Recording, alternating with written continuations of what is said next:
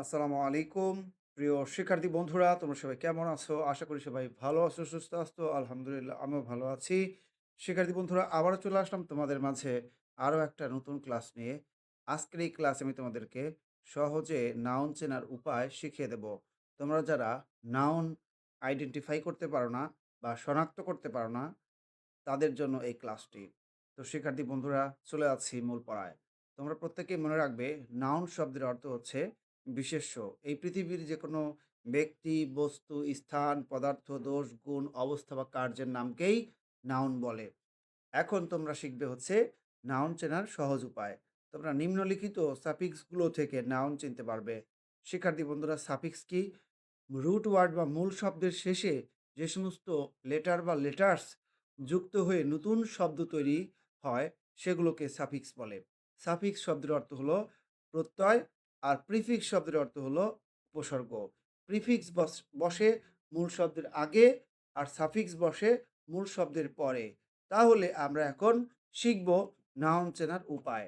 নাউনের শেষে সাধারণত সন থাকে, TION থাকে। ওকে, এক্সাম্পল দিচ্ছি, যেমন relation, production, contamination, purification, preparation, okay, presentation.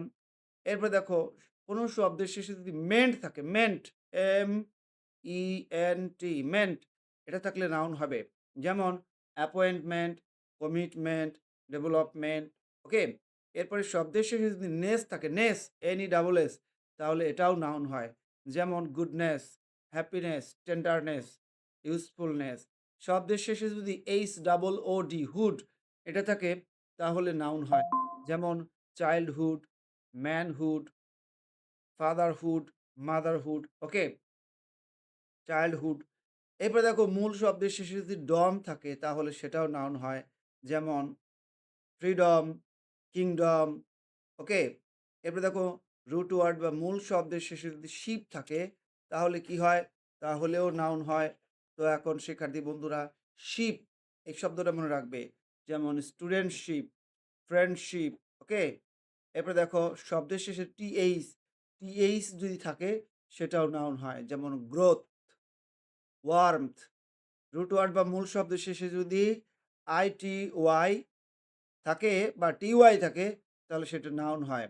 যেমন হোস্টিলিটি, সেন্সিটিভিটি, গ্র্যাভিটি, অ্যাক্টিভিটি। এরপর দেখো, রুট ওয়ার্ড বা মূল শব্দের শেষে যদি ISM থাকে, তাহলে সেটা কি হয়? নাউন হয়ে যায়। যেমন হেরোইজম, প্যাট্রিয়টিজম। রুট ওয়ার্ড বা মূল শব্দের শেষে যদি ডাবল থাকে, যেমন পেই, ট্রাস্ট্রি, এই শব্দগুলোর শেষে কিন্তু ডাবল রয়েছে, তাই এটা হবে নাউন। রুট ওয়ার্ডের শেষে আইএসটি থাকলে নাউন হয়ে যায়। যেমন chemist, physicist, economist. Root word বা মূল শব্দের শেষে SION থাকলে নাউন হবে।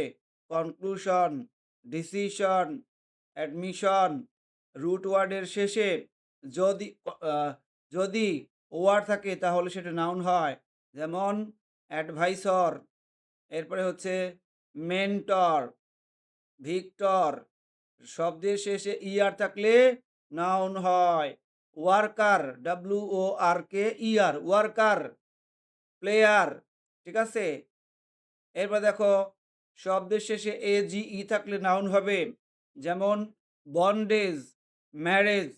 শব্দের শেষে NCE থাকলে নাউন হয়। যেমন ইনোসেন্স। এরপরে দেখো, রোমান্স। ওকে, শিক্ষার্থী বন্ধুরা, ইনোসেন্স, এরপরে হচ্ছে রোমান্স, এই শব্দটা বললাম। এরপর NY থাকলে নাউন হবে। যেমন নেভি। ওকে, নেভি শব্দের শেষে কিন্তু কি রয়েছে? NY রয়েছে। Matrimony, testimony, agony. Okay, harmony, ceremony. এরপরে রুট ওয়ার্ডের শেষে TUD, এটা থাকলে নাউন হবে। Magnitude, servitude, fortitude. এরপরে CY থাকলে নাউন হবে। যেমন infancy, accuracy, fancy, pregnancy, privacy. শব্দের শেষে ইউআরই থাকলে নাউন হবে। যেমন ফিউচার, এই শব্দের শেষে ইউআরই আছে, ঠিক আছে। ভেঞ্চার, শিক্ষার্থী বন্ধুরা, ফার্নিচার।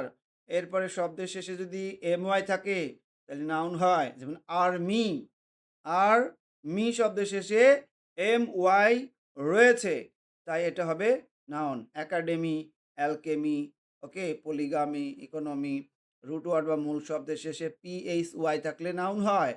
এক্সাম্পল দিচ্ছে, যেমন বায়োগ্রাফি, ফটোগ্রাফি, ফিলোসফি, জিওগ্রাফি।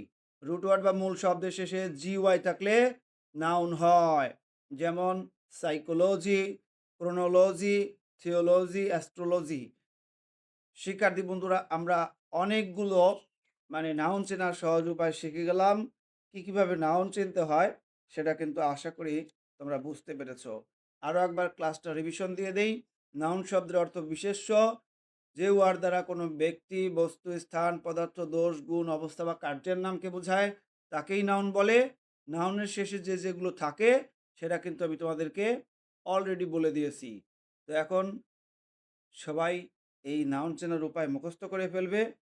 তো শিক্ষার্থী বন্ধুরা, সবাই ভালো থাকো, সুস্থ থাকো, আর প্রত্যেকেই আমার চ্যানেলটা সাবস্ক্রাইব করে রাখবে। আমি তোমাদের জন্য কিন্তু ইংলিশ উইথ আজিম ইউটিউব চ্যানেলটা তৈরি করেছিলাম, কিন্তু এটা একজন চুরি করে নিয়েছিল। যাই হোক, চ্যানেলটা যদি আবার ফেরত পেয়ে যাই তাহলে তোমাদেরকে জানিয়ে দেবো, এবং ক্লাস তৈরি করার মাধ্যমে তোমাদের মাঝে আমি আবারও নতুন করে চলে আসব।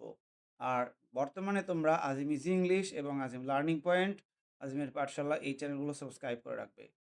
এবং যারা আমার সঙ্গে ফেসবুকে যুক্ত হতে চাও তারা যুক্ত হতে পারো।